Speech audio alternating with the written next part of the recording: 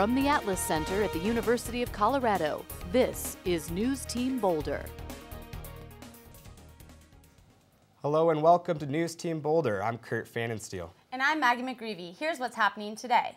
The University of Colorado is taking major precautions this year against the infamous event 420, which landed the University of Colorado on Playboy's #1 party school. As Newsteam's Ashley Monero reports, officials are telling students they have no intention of looking the other way during tomorrow's smoke-in.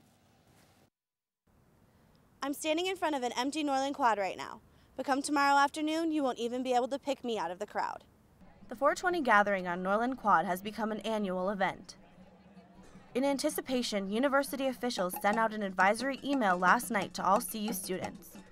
It outlines the negative impact the event has on CU's reputation. But the CU Police Department is still expecting around 10,000 people to crowd Norland Quad tomorrow. Their main concern is keeping things under control.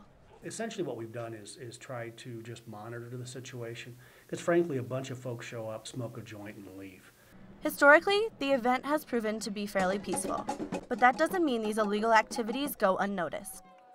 If someone, for example, is walking over to the event, passes police officers and lights a joint up in front of them, chances are real good they're going to be dealt with. Safety is also a concern. On 420 last year, some participants were injured after falling out of trees. And to avoid the headache, the CUPD is praying for rain. Ashley Monero, Newsteam Boulder. Well, it's official. Steve Ells, the founder and CEO of Chipotle, will deliver the University of Colorado's commencement speech this year. Ells has close ties to Boulder. He attended Boulder High and then earned his bachelor's degree at CU in art history. This speech will take place on May 6th at Folsom Field. Women graduates may have another issue to face as they head into the job market, the long-standing question of equal pay. Newsteam's Ashton Atlas has more on the story. As if searching for a job isn't difficult enough, CU senior Jenna Browder is finding out the hard way what awaits her come May. In a recent study conducted by the Institute for Women's Policy Research proves that Jenna's worries may not be limited to finding a job, but also that a male coworker will likely take home a bigger paycheck than her. It's hard to believe that it's 2011 and men are still favored in the job market. In fact, Jenna has every right to feel discouraged. The study found that despite having a college education, women make up 2/3 of the lowest paid 10 occupations, while an equal number of men occupy the top 10 highest paid jobs. In light of Equal Pay Day, which took place last week, the Institute for Women's Policy Research Center, located in Washington, D.C., released a fact sheet stating the occupational gender wage gaps in America. This sheet stated that out of 111 occupations, 107 of those, women are paid less than men. Steph Willenchuk, a professor in women's studies, explains how this equity gap affects a variety of women. Then if you also look at other identities, like being a woman of color, being a trans woman of color, you're again less likely to even be employed, yet alone having the same pay equity as other folks. My hope is that things start to change and that women graduates and students continue to get support and build community in order to make that change. Lisa Severy, the Director of Career Services here at CU, offers a solution to women graduates. So one of the things when our counselors are meeting with students, when they're meeting with men and women, it's to remind them, all right, this is a professional position. The expectation is that you're going to negotiate this salary. Perhaps new doors will open for women in the future. I'm Ashton Atlas, Newsteam Boulder. Thanks, Ashton. And coming up, CU students in civil engagement. And a look at the storm that has torn across the Midwest. The Midwest has been hit hard by severe weather, leaving many people in shock over the devastation. CNN spoke with a woman who single-handedly saw a tornado up close and personal.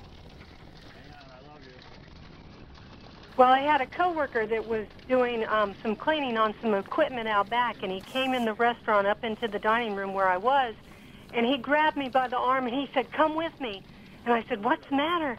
And he said, "Come on."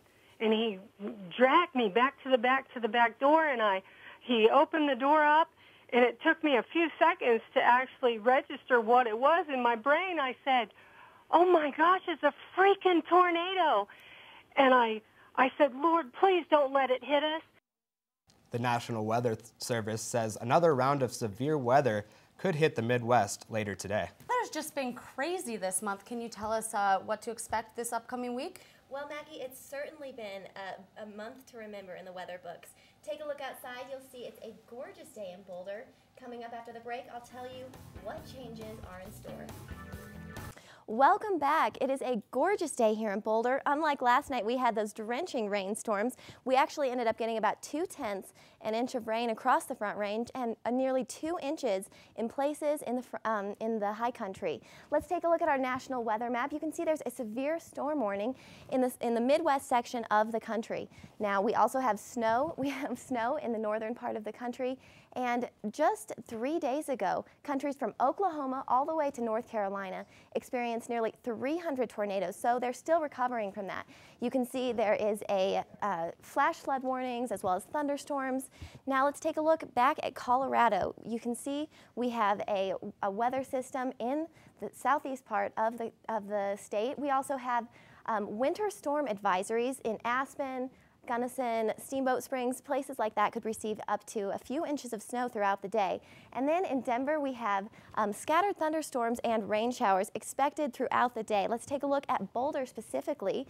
57 is our high for today with a low of 34. Like I said, scattered thunderstorms and rain showers. Thursday will warm up to 70. Again, scattered thunderstorms and rain showers, and then we're going to cool down a little bit on Friday. Now, for those of you headed to the Rockies game tonight, they're going to be playing at Coors Field against the Giants. Now, the temperature is going to be about 56 degrees with more thunderstorms and scattered rain showers. That's your weather report. Ethan at the desk has your sports forecast coming up. So, Ethan, I'm excited about this big Rockies game tonight. And don't forget the Nuggets. Our Nuggets are playing game 2, right, Ethan? Well, that's right. Coming up after the break, I'll tell you about the Nuggets in the playoffs, and we'll talk about the Rockies game coming up. And I'll predict who the Broncos are going to take in the draft next week.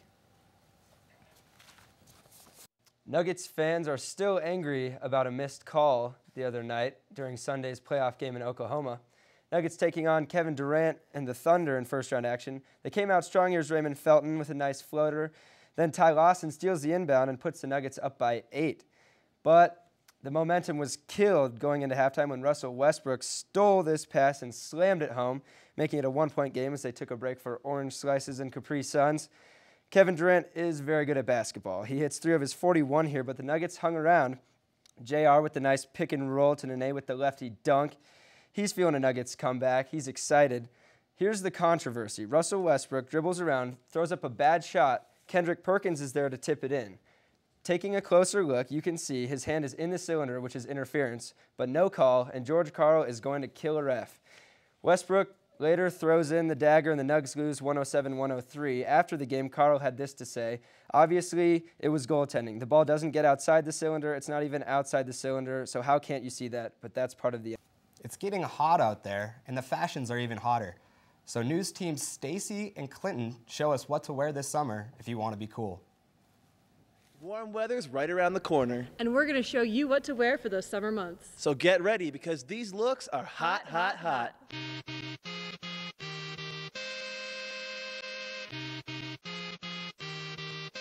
Okay guys, this summer is all about minimal layers and bright colors. If you're a big guy, you can take on those big prints, but if you're a small guy like me, small details are key, so you don't look like you're drowning in your shirt. Jeans will dress down that jacket, and boat shoes are in.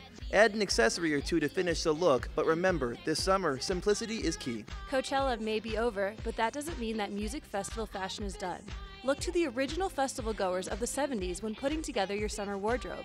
And with the royal wedding coming soon, what's better than a royal blue dress for a night out in the town, paired with some classic wooden wedges straight from a 1970s closet. Just like the world is ours.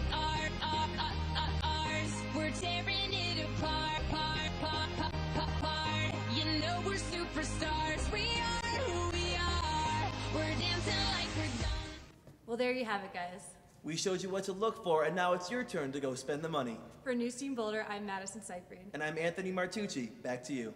We leave you today with this YouTube video that's gone viral with close to 6 million hits. It's essentially a parody of the upcoming royal wedding. It might be more exciting to watch this than the real thing.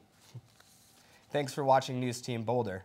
And don't forget to check us out online at newsteamboulder.org. Have a great day, everyone. All right. Everybody.